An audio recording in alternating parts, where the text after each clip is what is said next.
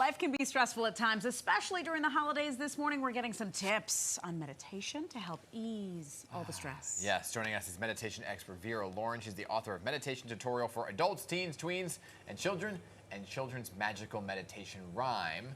So good morning to you. Thanks for being here. Thank you for having me. All right, Good I know morning. it's chilly here in New York City. I know you live in California, so thank you for bearing with the cold here. Let's talk about the benefits of meditation, right? Because research is talking about mindful meditation helping with things like ADHD.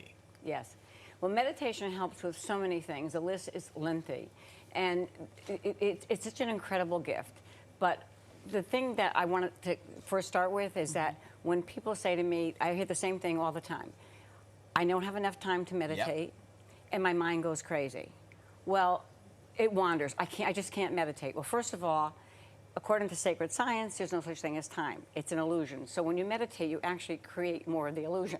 Well, so how do you get yourself out of that cycle then, right? That whole routine of like, okay, I can't find center or whatever it may be because I'm so stressed about what's happening I'm around going to me. take you there. Okay, First good. of all, only set aside 3 to 10 minutes a day when you first begin. That's the smartest thing to do because you don't want to push it. And the monkey mind is what we call that constant chatter. And a way to avoid that is just a simple thing. And I've been doing this a lifetime, for decades. You just put a pad next to you and you write down all the things you have to do. Oh, I have to make an appointment today, or I have to cancel an appointment, or I have to do whatever it is you want to do. That settles it, because when you begin to meditate, you're sitting there like this. Oh, I have this to do. The monkey mind just chatters. So there's techniques to help you make them, to stop that. It takes you, like a mantra, it takes you from an active mind to the stillness, and that's what you want to do. So there's many types of meditation, many types. But I say to everybody, if you learn these basics, whether you've been meditating for 5 minutes, or if you're a child or an adult, the steps are the same. And so, I'm sorry, did you want to ask? Well, Okay. I'm that person who I feel scatterbrained, I feel stressed out. Everybody it's very does. hard for me to relax. So if I journal out, and I've heard this tip before, so like write down what it is that's stressing you out, what you have to do, and treat it as a to-do list. I put that down next to me, and then what do? Like, what type of meditation is for me? Okay, well, you'll decide that if you look over the book, but there's 3 basic meditations. One is where you refocus your thoughts. And another is a deactivation, and the other is using the mantra. And you can even combine all of them. There's a great story in the book your children would love. It's called Be the Pond. And because the basic thing is they aren't in the pond, they are the pond. And what they do is they watch all these little fish and ducks and chicks and floating around, and they observe. They're observing it. This is about answering your question, okay? And so they're watching all this happening, and they see some of them are angry, some of them are silly, some of them are laughing, some of them are having fun. And you have to also let them know that emotions are natural. We're humans. You're going to have these emotions. So you learn to just be detached from that. You just let the fish go and you let them flow. So when you get a thought in your mind, and it takes work. This is not something, when you're going to practice. Yeah, when you're going to run a marathon, you wouldn't go 10 miles the first day. So you take your time and you do it.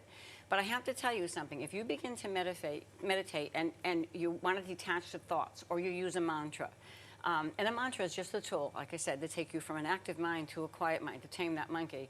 You just sit there and you say, oh, wow, I've lost track. I'm off on a thought. I've taken an off-ramp.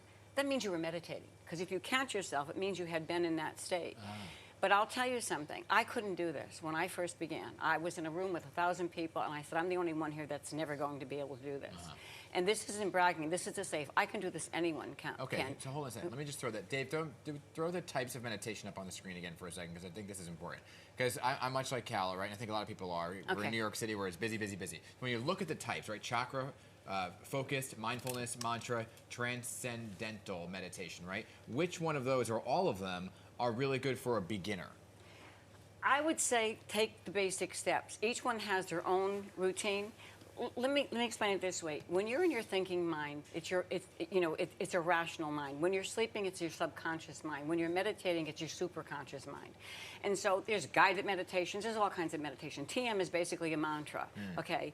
And a mantra is an important... What's a mantra? Where you're just repeating a phrase over and over again? Yes, but it's not just a phrase. It's important. And Sri Kalishwar said that if you dial a wrong number, a phone number, and you're off one number, you're not going to reach the party. So mantras are important, and I explain them in the book, how you can choose a mantra. And it's always good to use the word Om. I mean, I teach atheists too, so if they don't want to use any of that, they can use the word love or their dog's name or something like that. That will do it. And it's just repetitious.